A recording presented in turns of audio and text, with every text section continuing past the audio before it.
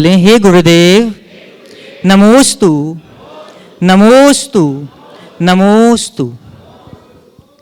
इसके बाद प्रथम प्रश्न के लिए मैं आमंत्रित करना चाहूँगा श्रीमान सुनील जी निशा जी छाबड़ा कोडरमा से। और आप मेरा प्रश्न है, सुख और आनंद में क्या अंतर है? खुशी उपलब्धियों में होती है और आनंद अनुपलब्धि में भी होता है। तो हम उपलब्धि हो या अनुपलब्धि, हर स्थिति में स्थिरता बनाए रखें, इसी में हमारा जीवन धन्य हो। अपना प्रश्न प्रस्तुत करेंगी डॉक्टर दीदी मीना दीदी। और आप नमस्ते महाराज जी, काफ़ी लंबे समय से आपका है शंका समाधान का सत्र चल रहा है और लगभग हमको ऐसा लगता है सभी लोगों ने अपनी शंकाओं का समाधान कर चुके होंगे। फिर भी कई प्रश्नों का रिवीजन यहाँ हो जाता है और महाराज जी बड़े आनंद के साथ आपको उन प्रश्नों का उत्तर देते हैं। इसलिए हमें बहुत खुशी होती है कि हमारे हर छोटे बड़े प्रश्नों का उत्तर बड़ी आसानी से घर बैठे भी मिलते हैं और यहाँ भी मिलते हैं। हमें भी बहुत दिनों से महाराज जी एक विकल्प है कि हम जब कभी पर्युषण पर्व में प्रवचन करने जाते हैं तो वहाँ पर जब हम तत्वार्थ की क्लास लेते हैं तो सभी लोग प्रायः नीचे बैठते हैं प्रवचन के समय और हम मंच में बैठते हैं और हमारे हाथ में किताब होती है और सबके हाथ में होती है। उस समय हमें ऐसा लगता है जैसे हम जिनवाणी की अभिनय कर रहे हों। तो क्या देखो, व्यासपीठ पे बैठने के लिए तो ऊपर बैठना ही पड़ेगा, समझ गए? वहाँ अभिनय नहीं है, जिनवानी की प्रभावना है, इसलिए इसमें विकल्प नहीं करना। बाकी समय में ये सवाल मैंने एक बार गुरुदेव से पूछा था कि हम लोग भी पढ़ाते हैं, संयोग से मुझे ऐलक अवस्था से पढ़ाने का मौका मिला संघ में। जब मैं ऐलक था, ऐलक क्या क्षुल्लक था, तभी गुरुदेव ने मुझे संघ में कुछ महाराजों को 24 ठाना और तत्वार्थ सूत्र पढ़ाने के लिए कहा था। ऐलक क्षुल्लक जी थे, ब्रह्मचारी लोग थे। तो मेरे मन में यही विकल्प आया कि मुझे ऊपर बिठाते हैं, सब लोग नीचे रहते हैं। तो आचार्य जी ने कहा ये व्यास पीठ की गरिमा है, हमें उसे देखना चाहिए। हाँ। अपना प्रश्न प्रस्तुत करेंगी ब्रह्मचारिणी बहन साधना दीदी।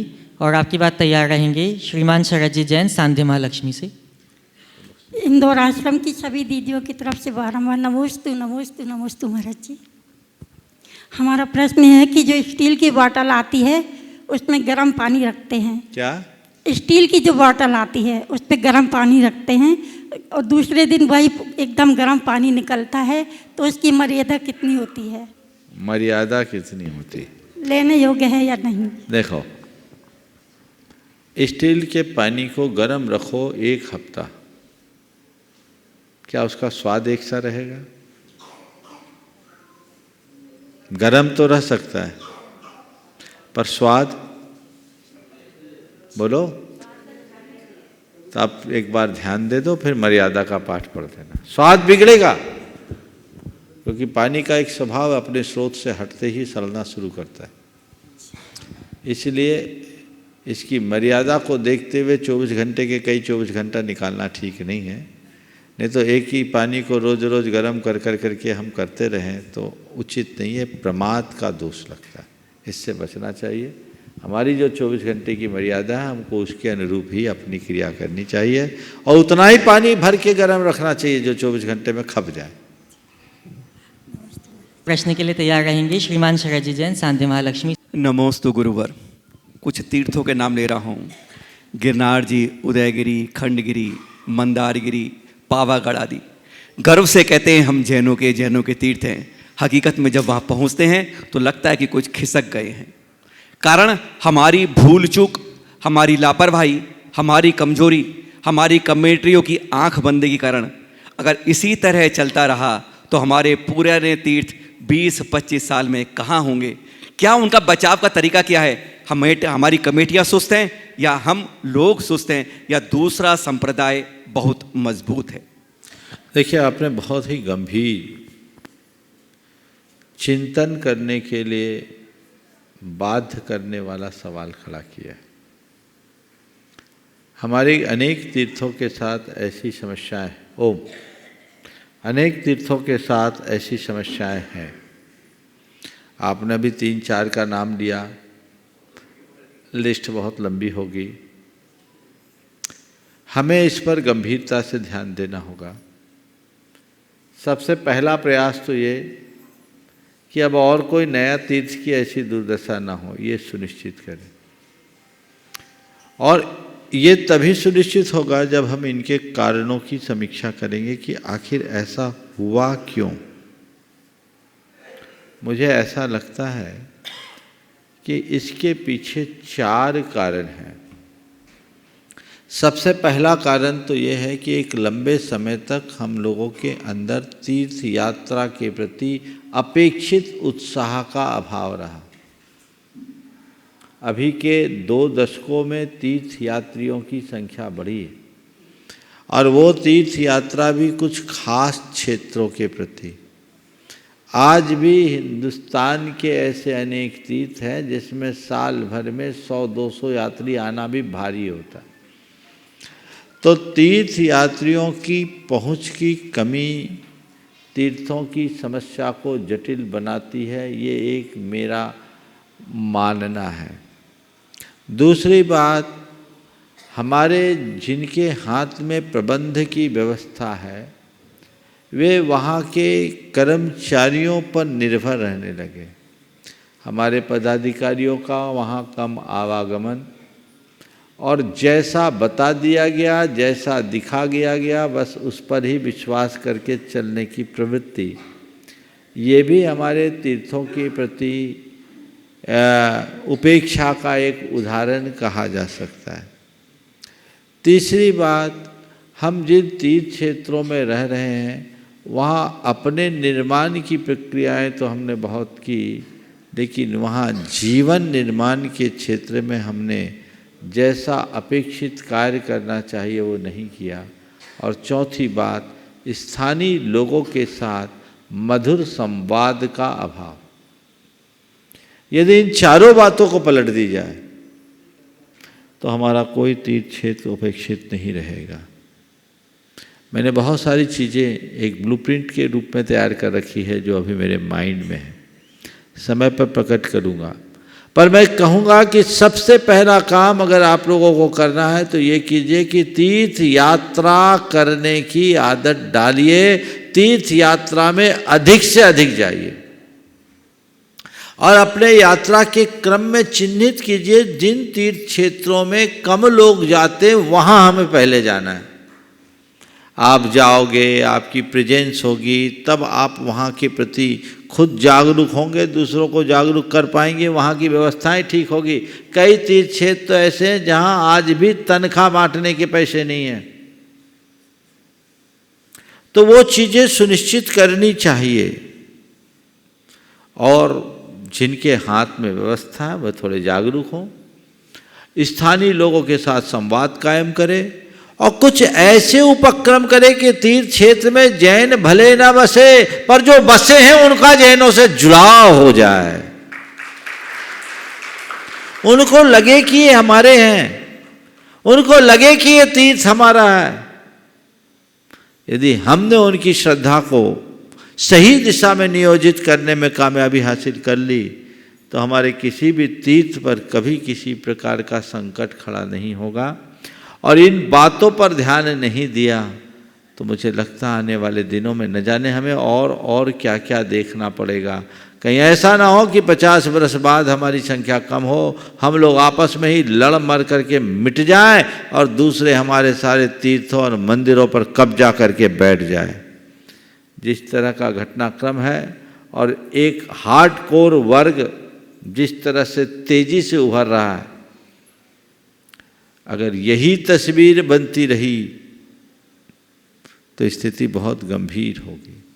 तो हमें चाहिए, जैन समाज अल्पसंख्यक समाज है और बहुसंख्यकों के सम्मान का सदैव पात्र रही है और बहुसंख्यक समाज के लिए जैनों ने हमेशा अच्छे कार्य किए हैं और तत्परता से योजनाबद्ध तरीके से यदि इस तरह का कार्य किया जाए तो बड़ा अच्छा काम हो सकता है। हमें यही एक कार्य योजना बनानी चाहिए और लक्ष्य रखना चाहिए, हम अपने तीर्थ के संरक्षण, संवर्धन में, विकास में किस प्रकार सहभागी बने जिससे हम अपने धर्मायतनों को युग युगांतरों तक सुरक्षित और संरक्षित रख सकें। अपना प्रश्न प्रस्तुत सारा जी एक और पूछ सकते। जैन बड़े गर्व होकर कहते हैं महाराज जी हम 1 करोड़, 1.5 करोड़, 2 करोड़ हैं, पर जब बात आती है सरकारी आंकड़ा ही महत्व होता है। 44,51,753 सरकार कहती है। और शायद इस बार जो गिनती होगी अगले साल, शायद वह और कम हो जाए, तो इसमें कोई हैरानगी नहीं होनी चाहिए। पलायनता हमारे घर घर से होती जा रही है। परसों की बात बता रहा हूँ, मैं नाम किसी का नहीं ले रहा हूँ। एक लड़की हमारी फिर दूसरे समाज में चली जाती है, अपने माँ बाप को दूसरा बहाना बताकर चली जाती है। ये आज हर घर घर में परेशानी हो रही है महाराज जी। ये पलायनता हम नहीं रोक पाएंगे। बड़ी बड़ी जातियाँ, हमारी उप संप्रदाय, हम तो बिछड़ते जा रहे हैं। तो एक समीर इस समय क्या हमारा समाचीन ऐसा होना चाहिए कि अगले वर्ष जो गणना, इस वर्ष जो होने वाली है, हमारी गिनती हम वास्तव में 1 करोड़ को पार कर सकें। देखिए, सवाल 1 करोड़ का या 44 लाख का नहीं, सवाल हमारे अस्तित्व और अस्मिता का है। जिस तरह की सामाजिक संरचनाएं दिख रही है वो बहुत चिंतनीय है, गंभीर है। और आज के समय में मुझे तो ये कैंसर जैसा दिखता है। अब कब किसका लड़का और कब किसकी लड़की किसके साथ जुड़ जाए कहा नहीं जा सकता। माँ पिता के हाथ में अब कुछ बचा सा नहीं है। तो हमें अब इसके प्रति बहुत गंभीर होना होगा। इस संदर्भ में भी मैं कुछ मार्गदर्शन देना चाहूँगा। पहला प्रयास तो ये हो कि आगे ऐसी घटनाएं न घटे वो सुनिश्चित करें। घटनाएं क्यों घटती? शुरू से को एजुकेशन है, कोचिंग से लेकर क्लास तक साथ साथ रहना, उठना बैठना, और फिर रहे सहे समय के लिए पूरी तन्हाई दे देता है आपके हाथ की ये मोबाइल, ये गैजेट। तो लोगों का कम्युनिकेशन जब एक दूसरे से ज़्यादा होगा तो अटैचमेंट तो अपने आप होगा। और जब तक ऐसा अटैचमेंट रहेगा, एक बायोलॉजिकल अट्रैक्शन भी काम करता है। इस तरह की दुर्घटनाएं हम नहीं रोक सकते। अब मैं बोलूं तो आप लोग कहोगे महाराज तो 19वीं और 20वीं शताब्दी में चले गए, हम तो 21वीं शताब्दी में हैं, 22वीं शताब्दी की बात सुनना चाहते हैं।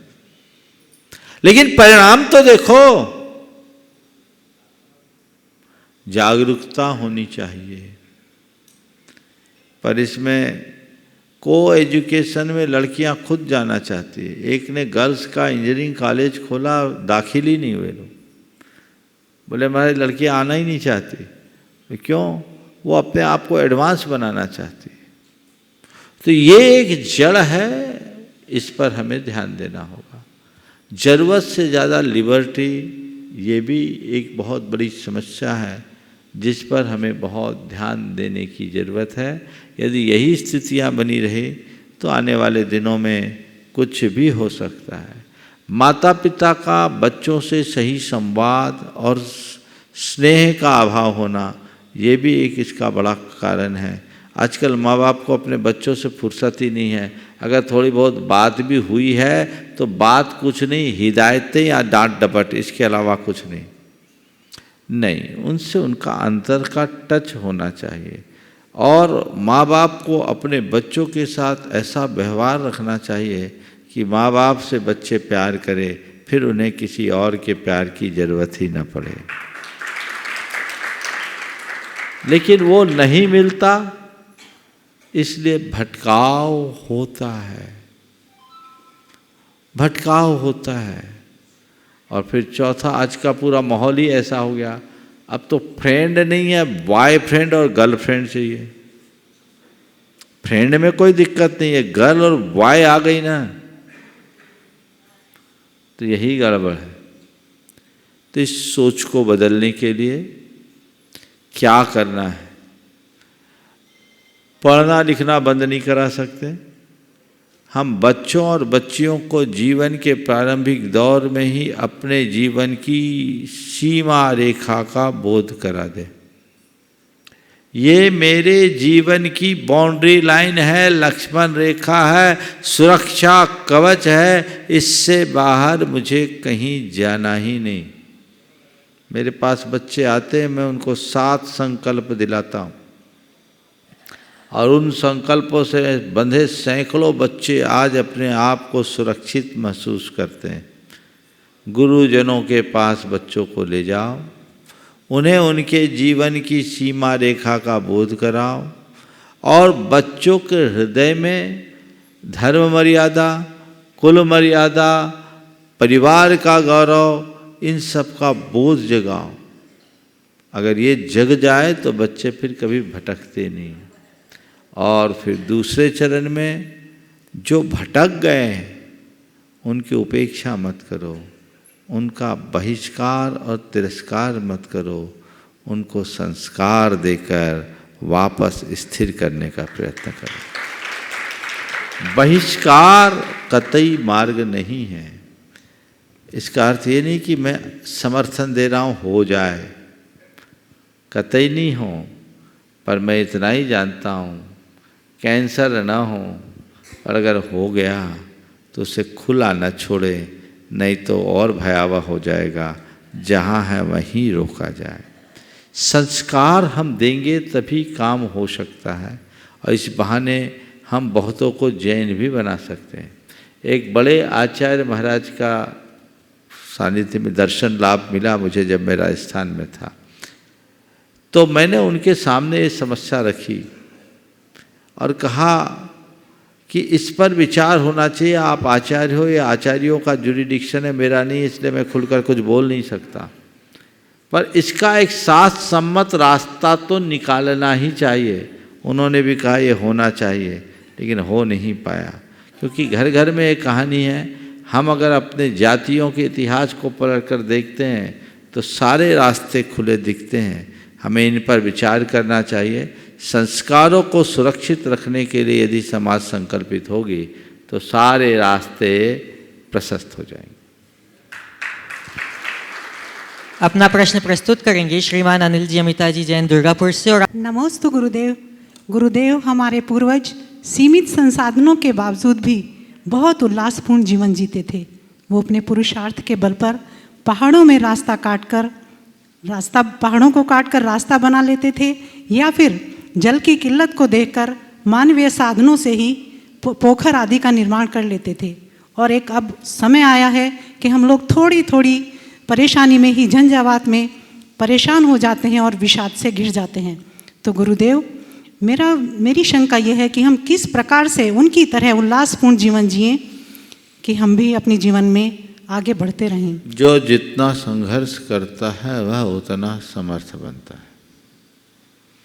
जिन पूर्वजों की बात आपने की है, हमसे एक पीढ़ी पहले, ज़्यादा आगे जाने की ज़रूरत मेरे ख्याल से नहीं।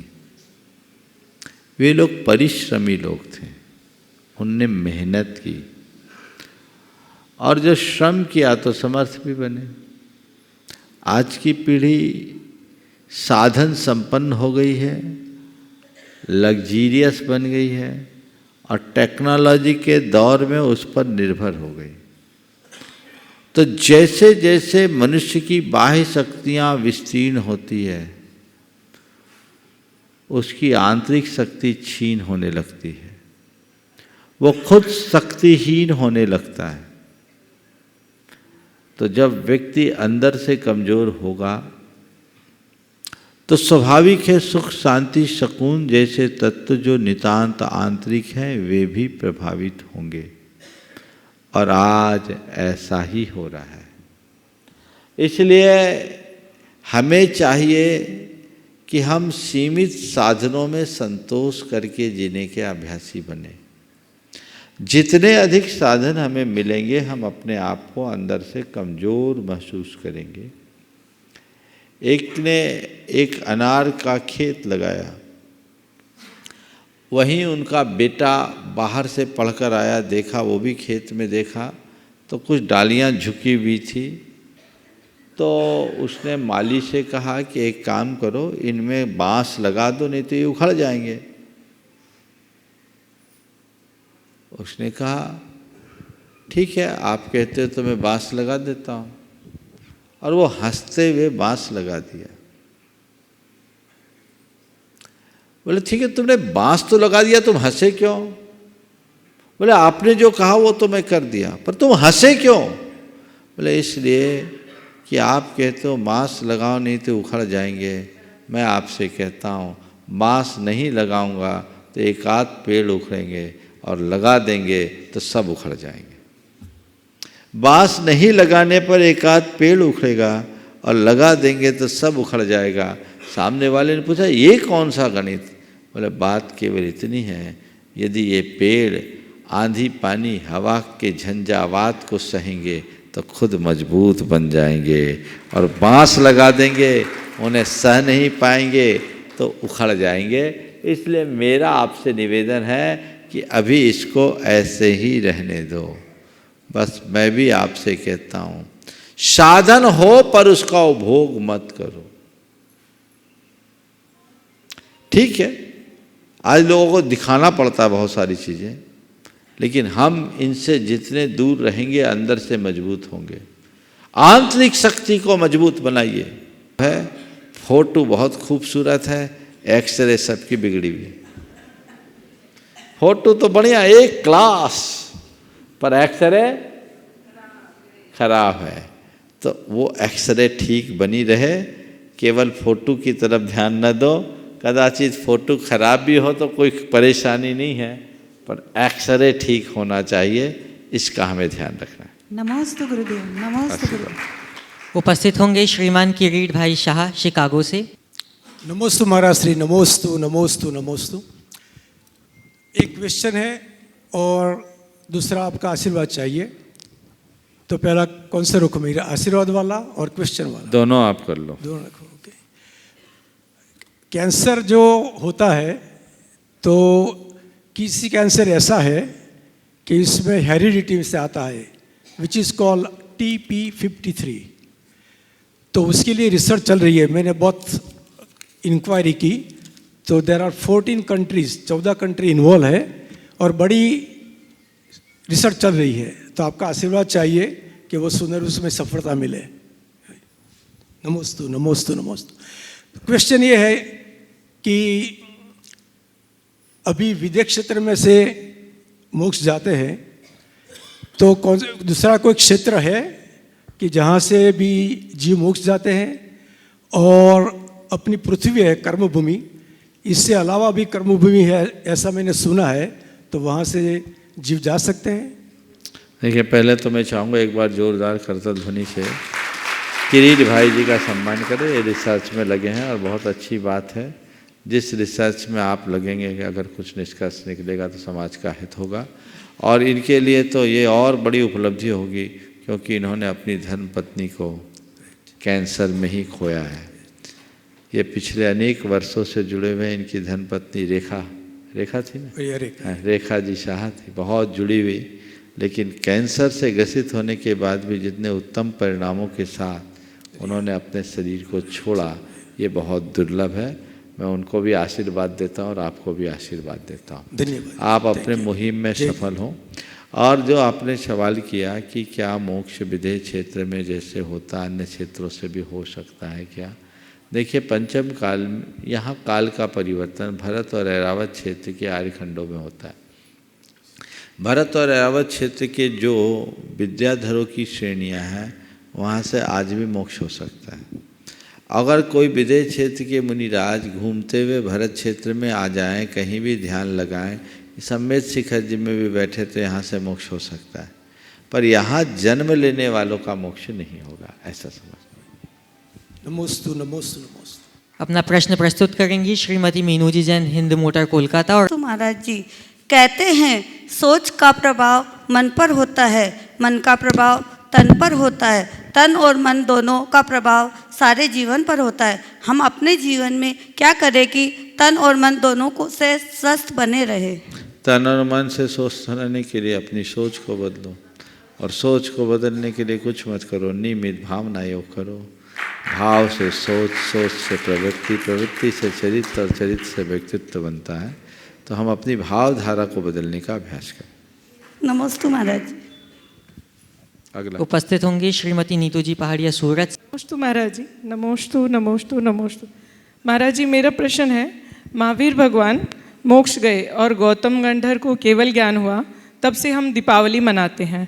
बट मैंने ये भी सुना है मुनि सुव्रतनाथ भगवान के समय रामचंद्र जी वनवास से लौटे थे, तब उस खुशी में दीपावली मनाई जाती थी। तो क्या हम दीपावली महावीर भगवान मोक्ष गए तब से मनाते हैं या पहले से हम मनाते थे? अरे जैनी तो हमेशा दिवाली की बात करते हैं। हम तो सोचते भगवान आदिनाथ के दिन भी दीपावली मनी होगी। जिस दिन भगवान ऋषभदेव का पहला आहार हुआ पूरे दुनिया में दिवाली मनी है। रामचंद्र जी लौट कर आए होंगे तो निश्चित सारे जैन जनता भी हर्षित हुई होगी और दिवाली मनाई होगी। यहाँ तो हर रोज़ दिवाली है, घर घर में खुशहाली है। आप लोग बोलते हैं ना, तो सुक्ति को चरितार्थ करें। नमस्ते महाराज। उपस्थित होंगे श्रीमती शीतल जी जैन कोलकाता से। और नमोस्तु महाराज जी, नमोस्तु नमोस्तु महाराज जी। जब कोई व्यक्ति हर समय अपनी ही बात को सही कहता है, बोलने से कोई फ़ायदा नहीं, बोलते ही विवाद होगा, तो चुप रहना उचित समझते हैं। फिर जब संवाद खत्म हो जाता है तब दूरियां बढ़ जाती है। तो कभी कभी ऐसा लगता है जितना सहन करोगे लोग तुम्हें उतना ही दबाएंगे। तो सहना शक्ति है या कमजोरी, क्या सही है? देखिए, मेरा तो ये कहना है जब कोई सुनता नहीं है तो सुनाने की आदत बंद करने में ही सार है, और किसी को सुनाने की ज़्यादा आदत है तो सुन लेने में समझदारी है। समझ गए? आपने जो सवाल किया है, ऐसी घटना एक बहन के साथ घटी। उनके पति, औरों के पति तो फिर भी ठीक, अपनी धर्मपत्नी से कभी सीधी मुंह बात नहीं करते। जब बोले टेढ़े लहजे में और हल्के शब्दों में। एक दिन उनकी एक सहेली ने मुझसे कहा कि महाराज जी ये बहुत दुखी है और इनके पति हैं, इनसे कभी अच्छे से बात नहीं करते सिवाय गाली गलौज के। मैं उसकी तरफ देखा तो वो रोने लगी। मैंने पूछा ये बताओ फिर तुम क्या करते हो? महाराज कोई उपाय नहीं है, सहना पड़ता है। मैंने कहा तुम सहती हो ना, इसलिए दुखी हो। तो महाराज क्या करूं, प्रतिकार करूं? मैंने कहा नहीं, प्रतिकार मत करो, स्वीकार करो, सुखी हो जाओ। सहती हो इसलिए दुखी हो, स्वीकार लो। प्रतिकार करोगे तो और ज़्यादा दुखी होगे, स्वीकार लो तो ठीक होगा। महाराज मतलब क्या? हमने कहा संयोग से जिस जगह में था वहाँ एक पागल घूमता था, और वो पागल बहुत उटपटांग बोलता था। सड़क चलते कोई चले, हम लोग भी जब कोई गुजरे तो उसका रेडियो चालू रहता था। मैंने कहा रास्ते में तुम्हें वो पागल कभी मिला? बोले हाँ महाराज अक्सर मिलता है। तो मैंने कहा वो क्या बोलता? बोले गंदी गंदी गालियाँ देता है। बोले तुम्हारे पति भी ऐसे ही बोलते हैं क्या? नहीं महाराज वैसे तो नहीं बोलते पर गंदी बोलते हैं। बोले ठीक है, तो पागल ने कभी तुम्हें गालियाँ दिया? बोले महाराज सबको देता, मुझे भी देता, आज भी दिया था। तो बोले पागल की बात को तुम लेकर के चुपचाप क्यों सह ली? उसके लिए तो नहीं बोल रही कि मुझे सहना पड़ता है। बोले महाराज उसके लिए क्या करे, वो तो पागल है। उसके लिए मैं क्या बोलूँ, वो तो पागल है। तो मैंने कहा जो पति अपनी धर्म पत्नी से ढंग से बात ना करे वो समझदार कहाँ, पागल है। इतना तो एक्सेप्ट करना है। ये सोचो अभी पगलाया हुआ है, थोड़ा खिसका हुआ है, स्क्रू ढीला हो गया है, हो जाएगा ठीक, चलो। अगर इतनी सी सोच अंदर आ जाए तो द्वंद्व आनंद में बदल जाएगा। पर हम लोग वही नहीं कर पाते। गैर की बातें फिर भी हम स्वीकार लें, लेकिन अपने अंदर की गुत्थियां खोलना बहुत कठिन होता है। इसलिए सहना पड़ता है वो कमजोर है, और जो सह लेता है वो समर्थ है। सहो न कहो सही परीक्षा यही, आपे में रहो। ये गुरुदेव का हाइकू है। सहो न कहो सही परीक्षा यही, आपे में रहो, अपने आत्मा में रहो। तो वो दृष्टि यदि अंदर विकसित हो जाए तो हमारे जीवन का कायाकल्प हो जाए।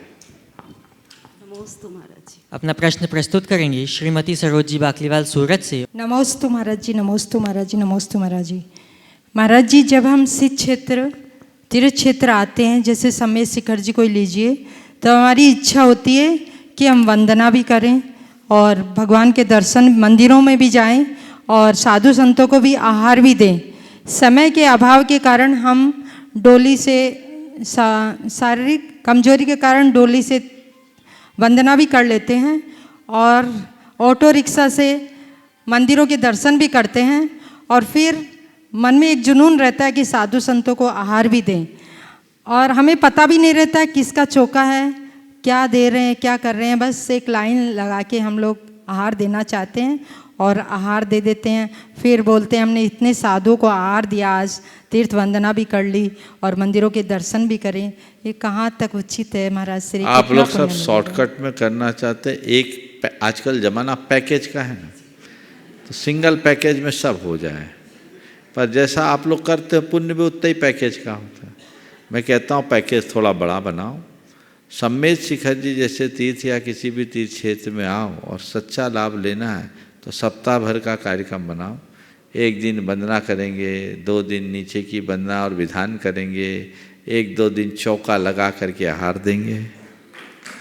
अपना तो लगाओ। कई जगह तो ऐसी बुरी हालत है कि कपड़े भी अपने नहीं होते और कपड़े नहीं, शुद्धि भी पराया बुलवाता है। तो पुण्य तुम्हारा कहाँ होगा? स्वस्याति सर्गो दानम, अपना द्रव्य देना ही उत्तम है। नहीं देने से अच्छा है, लेकिन भाव ऐसा लगाओ कि अंतराय टले, उत्साह जगे और खुद अपना द्रव्य अपने हाथों से तैयार करके अपने जीवन को कृतार्थ कर सके। नमोस्तु। उपस्थित होंगे श्रीमान NLG जैन, कोषाध्यक्ष गुणायतन। दोनों गुरुओं को सादर नमन, वंदन। महाराज श्री, आज मैं किसी अपनी शंका के निवारणार्थ यहाँ उपस्थित नहीं हुआ हूँ। मैं यहाँ एक दुखद समाचार देने के लिए प्रस्तुत हूँ। हमारे गन्नौर निवासी शिरोमणि श्री राजेंद्र जी, श्री अनिल जी, भाई श्री प्रवीण जी की मातेश्वरी श्री राज दुलारी देवी जी का कल उनका निधन हो गया है। तो महाराज श्री, मैं आपसे निवेदन करता हूँ कि संतप्त परिवार को आप आशीर्वाद प्रदान करें। देखिए, ये बड़ा विचित्र संयोग है। कल भी मुझे इस संदर्भ में बात कहनी पड़ी, आज भी कहना पड़ रहा है। संसार है, आना जाना लगा हुआ है, लेकिन जब कोई धर्म से जुड़ा व्यक्ति जाता है तो हर धर्मात्मा का हृदय कहीं न कहीं प्रभावित होता है। पर मैं ये कहूँगा कि आने जाने के क्रम को हम रोक नहीं सकते।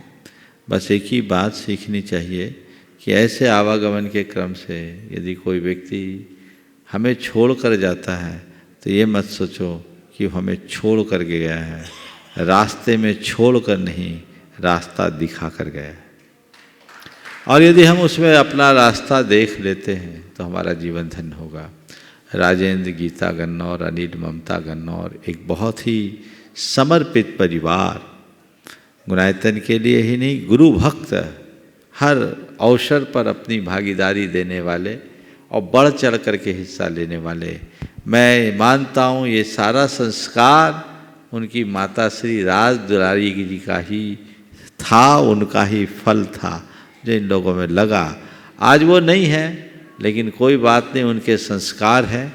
मैं राजेंद्र भाई और अनिल भाई दोनों से और उनके तीसरे भाई प्रवीण भाई, इनसे इस घड़ी में यही आशीर्वाद देना चाहूँगा कि धैर्य से इसका सामना करो। ऐसे भी आप लोग स्वाध्यायी और तत्वज्ञ हो, जीवन और जीवन की व्यवस्था को समझें और अपने महान आत्माओं के आदर्शों का अनुसरण करते हुए चले।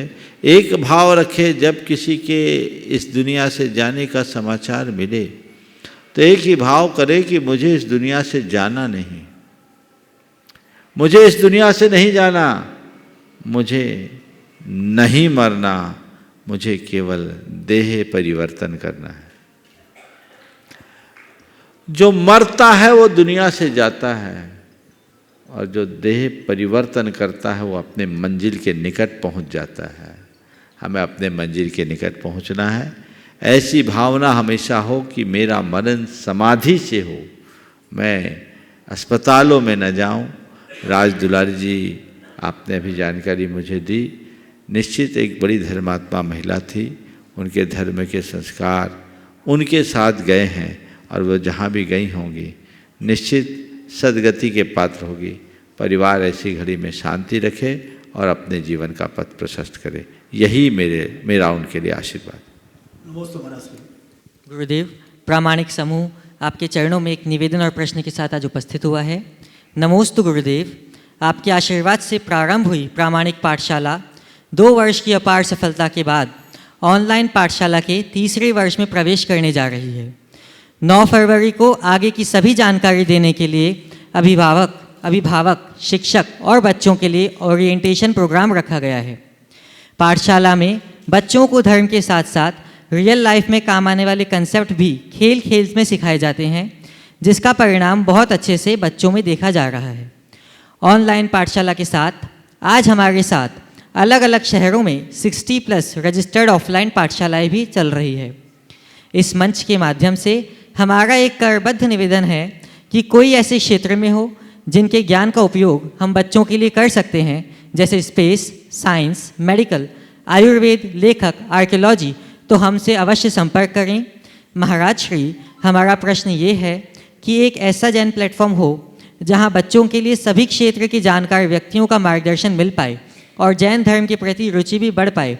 इसके बारे में आपका मार्गदर्शन चाहिए। नमोस्तु गुरुदेव, आपके मंगल आशीर्वाद की प्रतीक्षा में। देखिए, पहले तो मैं पूरे प्रामाणिक समूह के कार्यकर्ताओं को बहुत बहुत आशीर्वाद देना चाहूँगा। आज भी कुछ बहनें यहाँ हैं, शीतल और जो लोग प्रामाणिक समूह के लिए काम करते हैं, थोड़ा खड़े हो जाएं। और बहुत तत्परता के साथ ये पूरी टीम लग करके काम कर रही है। NRI पाठशाला एक बहुत बड़ी क्रांति कर रही है, जो पूरे देश में नहीं, देश से बाहर अच्छा काम कर रहे हैं। प्रामाणिक समूह की भारत में भी जो पाठशाला ऑनलाइन चलती है, उसमें भी बच्चों का बहुत अच्छा रुझान देखने को मिलता है। और जितने अच्छी टेक्नोलॉजी का प्रयोग करके ये लोग पढ़ा रहे हैं, उससे बच्चों की एक अलग प्रकार की अभिरुचि जगी है। मुझे जो जानकारी मिली, 62 पाठशालाओं ने अपने आप को प्रामाणिक पाठशाला के साथ रजिस्टर्ड किया है, और भी अभी हो सकते हैं। और मैं कहूँगा सभी लोग अपनी पाठशालाओं को अगर इनके साथ संबद्ध कर ले तो टेक्नोलॉजी के साथ बहुत अच्छा ज्ञान प्राप्त कर सकते हैं, और ये हम सबके जीवन के लिए एक बड़ी उपलब्धि बन सकती है। जहाँ तक सुझाव का है कि एक ऐसा प्लेटफार्म हो जहाँ हर विषय के विशेषज्ञ हों, बहुत अच्छा सुझाव है और ऐसा कार्य होना चाहिए। और मैं चाहूँगा जो लोग इस कार्यक्रम को देख और सुन रहे हैं, वे इस दिशा में प्रयास करें, सार्थक पहल करें। और यदि ऐसी कोई पहल होती है तो प्रामाणिक समूह इस अभियान को गति देने में अपनी भूमिका निभा सकता है। उसके लिए जो भी व्यवस्थाएं हैं, अभी तक गुणायतन का ही एक प्रकल्प है प्रामाणिक समूह, और उसके लिए मैं चाहूँगा गुणायतन भी तत्परता से लगे। प्रामाणिक समूह का मूल उद्देश्य यही है और उस उद्देश्य की पूर्ति के लिए आगे बढ़ते रहना चाहिए। हमारे बीच में परम पूज्य मुनिश्री स्वात्मानंद जी महाराज यहाँ उपस्थित विराजमान हैं। मैं उनके चरणों में नमोस्तु पूर्वक निवेदन करना चाहूँगा कि वे अपने प्रश्न के माध्यम से हम सबको समाधान का मार्ग दिखाएं। नमोस्तु महाराज जी। नमस्तु नमस्तु नमस्तु भगवान। ईशत प्रागभार भूमि 8वें नंबर की कह जाती है। ये क्रम हमको समझ में नहीं आता है, कौन से क्रम से गिनना, 1 2 3 4 5 6 7, ये कौन सी भूमि है, और 8वें नंबर ईशत प्रागभार भूमि है, ये समझ में आता है, समझाइए। बहुत अच्छा सवाल आपने किया है। मेरे मन में भी ये सवाल रहता था, इसे 8वां क्यों कहा। पर महाराज जी, मैं आपको बताऊं, जितना मैंने आगम पढ़ा उसमें मेरे को जितना स्मरण है, ईशत प्रागभार पृथ्वी का तो उल्लेख है, पर 8वीं पृथ्वी ऐसा मुझे स्मरण नहीं आ रहा है। लेकिन अष्टम वसुधा को पाने के वो कर्मे 8 द्रव्य सब लोगों को रट गया है।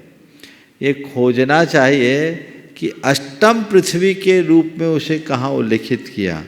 हो सकता है मुझे विस्मरण हो, पर कुछ दिन पहले ये सवाल मन में आया था, तो मुझे याद नहीं आया कि अमुक ग्रंथ में ऐसा लिखा है कि इस पृथ्वी का नाम अष्टम पृथ्वी है।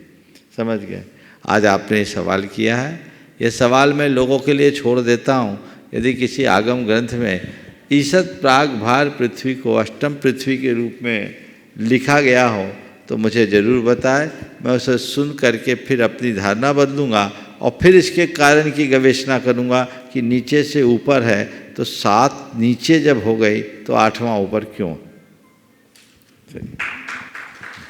अगले प्रश्न के लिए मैं आमंत्रित करूंगा श्रीमती अर्चना जी बेनाडा कोलकाता से, और आपकी बात तैयार रहेंगी मीना जी काला सूरज। नमोस्तु महाराज जी। महाराज जी, बिहार तो स्थगित हो गया और अष्टानी का पर्व आ रहा है, तो क्या विधान होना चाहिए महाराज जी? बिहार स्थगित हो गया। देखिए, ये आप सबका सौभाग्य है, पुण्य है कि छूटती हुई गाड़ी रुक गई। जिसके लिए पूरा इशारा था, सिग्नल था, पर कुछ तकनीकी कारणों से उसे अभी यथास्थान स्थगित कर दिया गया है। परसों ही गुरुदेव का संदेश आया कि नहीं, अभी आप जहाँ हो आपको वहीं रहना है, और जो छुलक जी लोग हैं वे सीधे यहीं आएंगे। तो वो सब चल रहे हैं, सब संघ का यहीं आना होगा। और प्रशांत सागर जी, निर्वेक सागर जी, शीतल सागर जी महाराज अभी पंच तीर्थ की चूँकि उनकी भावना थी, वे पंच तीर्थ की वंदना के लिए गए। तो ये बात तो मैं सबके बीच स्पष्ट कर देना चाहता हूँ कि अभी हमारा प्रवास सम्मेत शिखर जी में ही है, और कब तक है मुझे पता नहीं, अगली सूचना तक यही है। और जब यहाँ है ही तो बहुत लोगों की प्रबल भावना थी सिद्धचक्र मंडल विधान की, पंचकल्याणक की सारी संयोजनाओं को हमने स्थगित किया था। तब इतने शॉर्ट टर्म में पंचकल्याणक के लिए तो अभी मैं कुछ नहीं कहूँगा, लेकिन सिद्धचक्र विधान बहुत लोगों की खबरें मेरे पास भी आई। निश्चित आप सिद्धचक्र विधान को ठाट बाट के साथ संपन्न करें। जो लोग अपना कार्यक्रम पहले से बनाए थे उसी रूप में सिद्धचक्र विधान के कार्यक्रम को बना ले। अष्टानिका को अपने जीवन की एक अमूल्य घड़ी के रूप में घटित करने का एक मौका है। सिद्ध क्षेत्र में सिद्धों की आराधना, वो भी अष्टानिका के अवसर पर, और वो संस्कृत का सब स्वाद चख चुके हैं, कुछ कहने की ज़रूरत नहीं है। लेकिन ये आनंद की घड़ी है, इसका आप सबको लाभ लेना चाहिए। ये संदेश सब तक पहुंचा दें। जिन्हें भी सिद्धचक्र विधान में अपनी सहभागिता देनी है वे अपने नाम सुरक्षित करा दे कार्यालय में, और जो भी हो 1-2 दिन में अभय भैया भी यहाँ आ जाएंगे, आपको जानकारी दी जाएगी। तारीख हम बताएं, 2-3 दिन में, आज ही कल में दो, जितनी जल्दी दोगे उतनी अच्छी बात है। बाकी इसके वो सब व्यवस्था अष्टानिका में है। अष्टानिका में 27 तारीख से अष्टानिका इस बार 9 दिन की है, तो जो होगी आगे पीछे 27-28 जो हो आपको बता दिया जाएगा। आप अपनी तैयारी करें, कार्यालय में संपर्क करें और इस विधान का पूर्ण आनंद ले। बहुत लोग हताश हो गए थे जब इस मंच से इस कार्यक्रम को स्थगित घोषित किया गया था, लेकिन ये आप लोगों का सहयोग है कि ये लाभ आपको पुनः मिल रहा है। नमोस्तु महाराज जी। अपना प्रश्न प्रस्तुत करेंगी श्रीमती मीना जी काला सूरत से। मुनिश्री को मेरा नमोस्तु नमोस्तु नमोस्तु। महाराज जी, हमारे पहनावे पर लेसिया का कोई प्रभाव होता है क्या? क्योंकि जब हम काला या नीला वस्त्र पहनते हैं तो सभी मना करते हैं। वैसे हमारे तीर्थंकर भी 5 कलर के ही हैं। एक बार एक बच्ची ने मुझसे कहा, महाराज जी ब्लैक कलर के कपड़े पहन के मंदिर जाने का निषेध करता है, भगवान भी तो ब्लैक कलर के हैं। इन संघ का समाधान में सवाल किया कि भगवान भी ब्लैक कलर के हैं। तो मैंने कहा देखो, भगवान ब्लैक कलर के हैं इसलिए हमको भगवान है चलेगा, हम लोगों को नहीं चलेगा। पहले तो मैंने उसको ऐसा बोला, मतलब क्यों ऐसा चलेगा? बोले देखो, ये एक परंपरा बना दी गई है कि काले कपड़े नहीं पहनना, जबकि साधु परमेष्ठी के लिए काला रंग है। पार्श्वनाथ भगवान कृष्णवर्णी थे, मुनि सुब्रतनाथ भगवान कृष्णवर्णी थे। तो मैं इस संदर्भ में एक ही बात कहूँगा, काले कपड़े पहनो या न पहनो, काला काम करना बंद कर दो। काला काम छूटना चाहिए। डार्क और भड़कीले वस्तुओं से हमारे मन पर बड़ा गहरा प्रभाव पड़ता है, इसलिए उनका निषेध किया जाता है। पर अच्छे सात्विक भाव से अगर हम जिनालयों में जाते हैं तो कोई हानि नहीं समझ। नमस्ते गुरुदेव, ये मेरा न्यायालय से संबंधित प्रश्न है। मैं वर्ष 90 से 2018 तक पब्लिक प्रोसिक्यूटर के पद पर बांसवाड़ा में कार्यरत रहा। उस दौरान 2 डेथ पनिशमेंट हुए। एक डेथ पनिशमेंट में एलआई में परिवर्तन हो गया, एक डेथ पनिशमेंट में एग्जीक्यूशन हुआ, तो उसको लास्ट तक वो स्टैंड रहा। तो इसमें मेरे को कोई पाप दोष लगेगा क्या? आप जज हैं? नहीं, मैं तो पब्लिक प्रोसिक्यूटर हूँ। प्रोसिक्यूटर्स हैं। आप अपने कर्तव्य का पालन कर रहे हैं, और कर्तव्य का पालन करने वाला केवल कर्तव्य का पालन करता है, उसको दोष नहीं लगता। इस प्रकार आज के इस सत्र को परम पूज्य गुरुदेव के चरणों में नमन अर्पित करते हुए यहीं पर विराम। बोलिए परम पूज्य आचार्य गुरुवर श्री विद्यासागर जी महाराज।